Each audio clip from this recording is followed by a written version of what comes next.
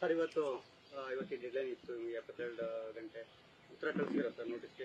ನಮ್ಮ ಭಾರತೀಯ ಜನತಾ ಪಾರ್ಟಿಯ ರಾಷ್ಟ್ರೀಯ ಶಿಸ್ತು ಸಮಿತಿ ಅಧ್ಯಕ್ಷರು ನೋಟಿಸ್ ಅನ್ನು ನನಗೆ ಸರ್ವ್ ಮಾಡಿದ್ರು. ಇಂದು ನಮ್ಮ ಶಿಸ್ತು ಸಮಿತಿಯ ಅಧ್ಯಕ್ಷರಿಗೆ ನಾನು ಉತ್ತರವನ್ನು ಕಳಿಸಿದ್ದೇನೆ.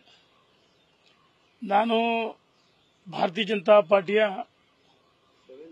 ಶಿಸ್ತಿನ ಒಬ್ಬ ಸಿಪಾಯಿ ಕಾರ್ಯಕರ್ತ. ನಾನು ಸಾರ್ವಜನಿಕ ವೇದಿಕೆಗಳಲ್ಲಾಗಲಿ ಯಾವುದೇ ಸಂದರ್ಭದಲ್ಲೂ ಸಹ ಭಾರತೀಯ ಜನತಾ ಪಾರ್ಟಿ ಬಗ್ಗೆ, ರಾಜ್ಯದ ಅಧ್ಯಕ್ಷರ ಬಗ್ಗೆ, ರಾಷ್ಟ್ರೀಯ ನಾಯಕರ ಬಗ್ಗೆ ಎಲ್ಲಿ ಪಕ್ಷಕ್ಕೆ ಮುಜುಗರವಾಗುವಂತಹ ಹೇಳಿಕೆಗಳನ್ನು ಕೊಟ್ಟಿಲ್ಲ. ಹಾಗಾಗಿ ಗೌರವದಿಂದ ರಾಜ್ಯದ ಅಧ್ಯಕ್ಷ ಬಗ್ಗೆ, ಯಡಿಯೂರಪ್ಪನವರ ಬಗ್ಗೆ ಮಾತಾಡಿದ್ರೆ ಮಾತ್ರ ನಾನು ಮಾತಾಡಿದ್ದೀನಿ ವಿನಃ. ನೋಡಿ, ಸನ್ಮಾನ್ಯ ಯಡಿಯೂರಪ್ಪನವರು ದಕ್ಷಿಣ ಭಾರತದಲ್ಲಿ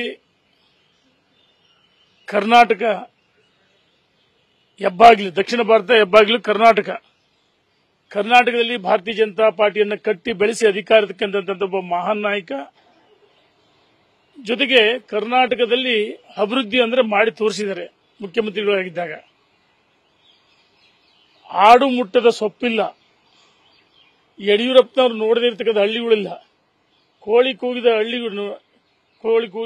ಹಳ್ಳಿಗಳೇ ಇಲ್ಲ, ಯಡಿಯೂರಪ್ಪನವರು ನೋಡಿರ್ತಕ್ಕಂಥ ಹಳ್ಳಿಗಳಿಲ್ಲ. ಹಾಗಾಗಿ ಯಡಿಯೂರಪ್ಪನವರ ಬಗ್ಗೆ ಕಳೆದ 4-5 ವರ್ಷಗಳಿಂದ ಕೆಲವರು ಅಧಿವೇಶನದ ಒಳಗೆ ಹೊರಗೆ ಅಪಮಾನ ಮಾಡಿದಾಗ ಮಾತ್ರ ಮಾತಾಡಿದ್ದೀನಿ. ಇನ್ನು 2,000 ಕೋಟಿ ಕೊಟ್ಟರೆ ಮುಖ್ಯಮಂತ್ರಿ ಆಗ್ತಾರೆ, ಅಧಿವೇಶನದ ಒಳಗೆ ಮಾತಾಡಿದ್ರೆ ಹೊರಗಡೆ ಮಾತಾಡಿದ್ರೆ ಇದು ರಾಷ್ಟ್ರೀಯ ನಾಯಕರಿಗೆ ಅಪಮಾನ ಮಾಡಿದಂಗೆ. ಯಾರು ರಾಷ್ಟ್ರೀಯ ನಾಯಕರ ಬಗ್ಗೆ, ಸಂಘ ಪರಿವಾರದ ಬಗ್ಗೆ, ರಾಜ್ಯದ ಅಧ್ಯಕ್ಷರ ಬಗ್ಗೆ, ಯಡಿಯೂರಪ್ಪನವರ ಬಗ್ಗೆ ಮಾತಾಡಿದಾಗ ಅನಿವಾರ್ಯವಾಗಿ ಕಾರ್ಯಕರ್ತರ, ಮುಖಂಡರ ಅಪೇಕ್ಷೆ ಅಂತ ನಾನು ಮಾತಾಡಿದ್ದೀನಿ ವಿನಃ ಯಾವತ್ತೂ ಪಕ್ಷಕ್ಕೆ ಮುಜುಗರ ಆಗತಕ್ಕಂಥ ಕೆಲಸಗಳನ್ನು ನಾನು ಮಾಡಿಲ್ಲ. ಇದ್ರ ಜೊತೆಗೆ ರಾಜ್ಯದ ಅಧ್ಯಕ್ಷರ ನೇಮಕ ಮಾಡಿದ್ದು ರಾಷ್ಟ್ರೀಯ ನಾಯಕರು, ರಾಜ್ಯದ ಅಧ್ಯಕ್ಷರು ಟೀಕೆ ಮಾಡೋದು ಒಂದೇ, ರಾಷ್ಟ್ರೀಯ ನಾಯಕರು ಟೀಕೆ ಮಾಡೋದು ಒಂದೇ. ಹಾಗಾಗಿ ಅನಿವಾರ್ಯವಾಗಿ ನಾನು ಮಾತಾಡಿದ್ದೀನಿ. ಸಾರ್ವಜನಿಕ ವೇದಿಕೆಗಳಲ್ಲಾಗಲಿ ಅಥವಾ ಯಾವುದೇ ಸ್ಥಳದಲ್ಲಿ ನಾನು ಅಪಮಾನ ಮಾಡಿಲ್ಲ, ಪಕ್ಷದ ನಾಯಕರಿಗೆ ಮುಜುಗರ ಆಗತಕ್ಕಂಥ ಹೇಳಿಕೆಗಳನ್ನು ಕೊಟ್ಟಿಲ್ಲ. ನಾನು ಏನು ಅನಿವಾರ್ಯವಾದ ಸಂದರ್ಭದಲ್ಲಿ ಮಾತಾಡಿದ್ದೀನಿ. ಈಗಾಗಲೇ ಉತ್ತರವನ್ನು ಸಹ ನಾನು ಕಳಿಸಿದ್ದೀನಿ. 72 ಗಂಟೆ ಒಳಗಾಗಿ ನಾನು ಉತ್ತರವನ್ನು ಕಳಿಸಿದ್ದೀನಿ. ನಿಮ್ಮ ಉತ್ತರವನ್ನ ಹೈಕಮಾಂಡ್ ಒಪ್ಪುತ್ತೆ ಅನ್ನೋ ಒಂದು ವಿಶ್ವಾಸ ಇದೆಯಾ? ನೋಡಿ, ನಾನು ಅನಿವಾರ್ಯ ಸಂದರ್ಭದಲ್ಲಿ ಮಾತಾಡಿದ್ದೇನೆ ವಿನಃ ಪಕ್ಷಕ್ಕೆ ಮುಜುಗರ ಆಗತಕ್ಕಂಥ ಹೇಳಿಕೆಯನ್ನು ಖಂಡಿತ ಕೊಟ್ಟಿಲ್ಲ. ರಾಷ್ಟ್ರೀಯ ನಾಯಕರು ನೇಮಕ ಮಾಡಿದ ಅಧ್ಯಕ್ಷರ ಬಗ್ಗೆ ಟೀಕೆ ಮಾಡಿದಾಗ ಅನಿವಾರ್ಯವಾಗಿ ನಾನು ಕಾರ್ಯಕರ್ತರ, ಮುಖಂಡರ ಅಪೇಕ್ಷೆ ಇದ್ದರೆ ನಾನು ಮಾತಾಡಿದ್ದೀನಿ.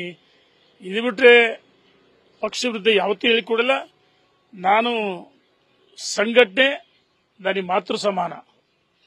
ಭಾರತೀಯ ಜನತಾ ಪಾರ್ಟಿ ಒಬ್ಬ ವ್ಯಕ್ತಿ ಆಧಾರಿತ ಪಕ್ಷ ಅಲ್ಲ, ಕಾರ್ಯಕರ್ತರ ಆಧಾರಿತ ಪಾರ್ಟಿ. ವ್ಯಕ್ತಿಗಿಂತ ಪಕ್ಷ ಮುಖ್ಯ, ಪಕ್ಷಕ್ಕಿಂತ ದೇಶ ಮುಖ್ಯ ಅನ್ನೋ ಒಂದು ಸಿದ್ಧಾಂತ ತಳಹದಿಯ ಮೇಲೆ ನಾನು ರಾಜಕಾರಣ ಮಾಡಿದ್ದೀನಿ. ನಾನು 1990ರಲ್ಲಿ ಭಾರತೀಯ ಜನತಾ ಪಾರ್ಟಿಯನ್ನು ಪ್ರವೇಶ ಮಾಡಿದ್ದೇನೆ. ಅಯೋಧ್ಯೆಯಲ್ಲಿ ರಾಮ ಮಂದಿರ, ಪ್ರಭು ಶ್ರೀರಾಮಚಂದ್ರನ ಮಂದಿರ ನಿರ್ಮಾಣ ಆಗಬೇಕಂತೇಳಿ ಅಯೋಧ್ಯೆ ರಥಯಾತ್ರೆ ಆ ಸಂದರ್ಭ ಬಂದಂತವನು. ಪಕ್ಷದ ತತ್ವ ಸಿದ್ಧಾಂತ ಇದೆ, ಸಂಘ ಪರಿವಾರದ ಹಿನ್ನೆಲೆ ಇದೆ. ನಾನು ಇವತ್ತು ಅಧಿಕಾರಕ್ಕೋಸ್ಕರ, ಸ್ವಾರ್ಥಕ್ಕೋಸ್ಕರ ಬಂದಿರತಕ್ಕಂಥ ವ್ಯಕ್ತಿ ಅಲ್ಲ, ಅಂದೇ ಬಂದಿರತಕ್ಕಂಥವನು. ಯಡಿಯೂರಪ್ಪನವರ ಪಾದಯಾತ್ರೆಗಳು, ಯಡಿಯೂರಪ್ಪನವರ ಹೋರಾಟ, ಭಾರತೀಯ ಜನತಾ ಪಾರ್ಟಿ ತತ್ವ ಸಿದ್ಧಾಂತ, ಅಂದು ಅಟಲ್ಜಿಯವರು, ಇಂದು ಮೋದಿಯವರು ನಮಗೆಲ್ಲ ಆದರ್ಶ. ಹಾಗಾಗಿ ಅವರ ಆದರ್ಶದಲ್ಲಿ ನಾನು ರಾಜಕಾರಣ ಮಾಡಿದ್ದೀನಿ, ಮುಂದೆ ಮಾಡ್ತೀನಿ. ಪಕ್ಷ ಸಂಘಟನೆ ನನ್ನ ಗುರಿ. ಮುಂದೆ ಲೋಕಲ್ ಬಾಡಿ ಸೆಲೆಕ್ಷನ್ ಬರುತ್ತೆ ಮತ್ತು ವಿಧಾನಸಭೆ ಚುನಾವಣೆ ಬರುತ್ತೆ 2028ರಲ್ಲಿ.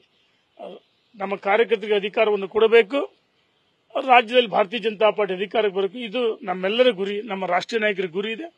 ಅವರ ಅಪೇಕ್ಷೆ ಅಂತ ನಾನು ಪಕ್ಷದ ಸಾಮಾನ್ಯ ಕಾರ್ಯಕರ್ತನ ಕೆಲಸ ಮಾಡ್ತೀನಿ. Party inner matter. ಒಬ್ಬರು ಸ್ವಾಮೀಜಿ ಹೇಳ್ತಾರೆ, ಯತ್ನಾಳ ಮೇಲೆ ಇರತಕ್ಕಂತ ಉಚ್ಚಾಟನೆ ಅವ್ರು ವಿಡ್ರಾ ಮಾಡಬಹುದು, ಇಲ್ಲಾಂದ್ರೆ ಗಂಭೀರ ಸ್ವರೂಪದ ಪರಿಣಾಮಗಳಾಗುತ್ತೆ, ಹೋರಾಟ ಕಿಡಿತೀನಿ ಅಂತ ಹೇಳ್ತಾರೆ. ಈ ಸ್ವಾಮೀಜಿಗೆ ಏನ್ ಹೇಳ್ತೀರಿ ಸರ್? ನನಗೆ ಪರಮ ಪೂಜ್ಯರ ಬಗ್ಗೆ ಅತ್ಯಂತ ಬಹಳ ಗೌರವ ಇದೆ. ಜಯ ಮೃತ್ಯುಂಜಯ ಸ್ವಾಮೀಜಿಗಳು ಇರ್ಬೋದು, ಯಾವುದೇ ಮಠಾಧೀಶರು ಇರ್ಬೋದು. ಮಠಾಧೀಶರ ಬಗ್ಗೆ ನನಗೆ ಅಪಾರವಾದ ಕಾವಿ. ನಮ್ಮ ಧರ್ಮ, ನಮ್ಮ ಸಂಸ್ಕೃತಿ, ಪರಂಪರೆ ಉಳಿಬೇಕಂದ್ರೆ ಅನ್ನದಾಸೋಹ, ಶಿಕ್ಷಣ ದಾಸೋಹ, ಜ್ಞಾನದಾಸೋಹದ ಮುಖಾಂತರ ನಮ್ಮೆಲ್ಲರಿಗೂ ಜಾಗೃತಿ ಮೂಡಿಸ್ತಕ್ಕಂಥ ಕೆಲಸನ ನಾಡಿನ ಮಠಾಧೀಶರು ಮಾಡಿದ್ದಾರೆ. ಮಠಾಧೀಶರ ಬಗ್ಗೆ ಗೌರವ ಇದೆ, ಕಾವಿ ಬಗ್ಗೆ ನಮಗೆ ಅಪಾರವಾದ ಗೌರವ ಇದೆ. ನಾನು ಮಠಾಧೀಶ ಜಯ ಮೃತ್ಯುಂಜಯ ಸ್ವಾಮೀಜಿಗಳು ವಿನಂತಿ ಮಾಡ್ತೀನಿ, ನಾವೆಲ್ಲ ನಿಮಗೆ ಭಕ್ತರೇ, ನಾವು ಸಹ ನಿಮಗೆ ಭಕ್ತರೇ. ತಾವು ಕೇವಲ ಪಂಚಮಶಾಲಿ ಸಮಾಜಕ್ಕೆ ಮಾತ್ರ ಮೀಸಲಾತಿ ಕೇಳಿಲ್ಲ, ವೀರಶೈವ ಲಿಂಗಾಯತ ಒಳಪಂಗಡಗಳು ಇರ್ಬೋದು, ಹಿಂದುಳಿದ ವರ್ಗ ಇರ್ಬೋದು, ಎಲ್ಲಾ ಸಮಾಜಗಳು ತಾವು ಮೀಸಲಾತಿ ಬಗ್ಗೆ ಹೋರಾಟ ಮಾಡಿದ್ರಿ. ಆ ಹೋರಾಟದಲ್ಲಿ ನಾನು ಪಾಲ್ಗೊಂಡಿದ್ದೆ, ನಾನು ಪಾದಯಾತ್ರೆಯಲ್ಲಿ ಪಾಲ್ಗೊಂಡಿದ್ದೆ. ಮತ್ತು ಬೆಂಗಳೂರಿನ ಏನು ಫ್ರೀಡಂ ಪಾರ್ಕ್ ಅಲ್ಲಿ ಸಹ ನಾನು ಭಾಗವಹಿಸಿದ್ದೆ. ನಾನು ಸ್ವಾಮೀಜಿಗಳಿಗೆ ವಿನಂತಿ ಮಾಡ್ತೀನಿ, ದಯಮಾಡಿ ನಿಮ್ಮ ಬಗ್ಗೆ ಈ ನಾಡಿನ ಎಲ್ಲ ವರ್ಗದ ಭಕ್ತರ ನಿಮ್ಮ ಬಗ್ಗೆ ಗೌರವ ಇದೆ. ಆದರೆ ದಯಮಾಡಿ ವಿನಂತಿ ಮಾಡ್ತೀನಿ, ನನ್ನ ಆಗ್ರಹ ಅಲ್ಲ, ಒತ್ತಾಯನೂ ಅಲ್ಲ, ಒಬ್ಬ ವ್ಯಕ್ತಿ ಬಗ್ಗೆ ತಾವು ಧ್ವನಿ ಎತ್ತರು ಬದಲಾಗಿ ಮಾರ್ಗದರ್ಶನ ಮಾಡ್ರಿ. ಇಲ್ಲಿ ವ್ಯಕ್ತಿ ಮುಖ್ಯ ಅಲ್ಲ, ನಾವೆಲ್ಲ ಭಕ್ತರು ಮುಖ್ಯ. ಯಾಕಂದ್ರೆ ಜನ ನಿಮ್ಮನ್ನ ಬೇರೆ ರೀತಿಯಾಗಿ ಅಪಾರ್ಥವಾಗಿ, ನಾನು ಗುರುಗಳ ಬಗ್ಗೆ ಟೀಕೆ ಮಾಡಲ್ಲ, ಗುರುಗಳ ಬಗ್ಗೆ ಅಪಾರವಾದ ಗೌರವ ಇದೆ. ಅವರು 2A ಮೀಸಲಾತಿ ಹೋರಾಟದಲ್ಲಿ ಪಾಲ್ಗೊಂಡಿದ್ದೀನಿ, ಫ್ರೀಡಂ ಪಾರ್ಕಲ್ಲೂ ಪಾಲ್ಗೊಂಡಿದ್ದೀನಿ, ಬೆಂಬಲವನ್ನು ಕೊಟ್ಟಿದ್ದೀನಿ.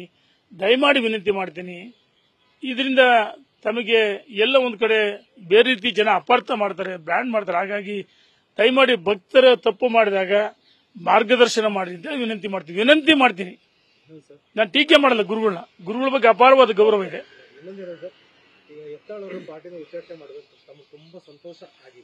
ನೋಡಿ, ಸಂತೋಷನೂ ಇಲ್ಲ, ದುಃಖನೂ ಇಲ್ಲ, ನೋವು ಇಲ್ಲ. ಒಂದು ನಾನು ಅವತ್ತೇ ಹೇಳಿದ್ದೆ, ನಾವೆಲ್ಲ ಒಟ್ಟಾಗಿ ಹೋಗೋಣ ಅಂತ ಹೇಳಿದ್ವಿ. ಆದರೆ ರಾಷ್ಟ್ರೀಯ ನಾಯಕರ ತೀರ್ಮಾನವನ್ನ ಪ್ರಶ್ನೆ ಮಾಡತಕ್ಕಂಥ ಹಕ್ಕು, ಅಧಿಕಾರ ನನಗೆ ಯಾವುದೂ ಇಲ್ಲ. ರಾಷ್ಟ್ರೀಯ ನಾಯಕರ ತೀರ್ಮಾನವನ್ನ ಪ್ರಶ್ನೆ ಮಾಡಿಸೋಷ್ಟು ದೊಡ್ಡವನು ನಾನಲ್ಲ. ನ್ಯೂಸ್ ಫಸ್ಟ್, ನಿರ್ಭೀತಿಯಿಂದ ನಿಮ್ಮ ಪರವಾಗಿ.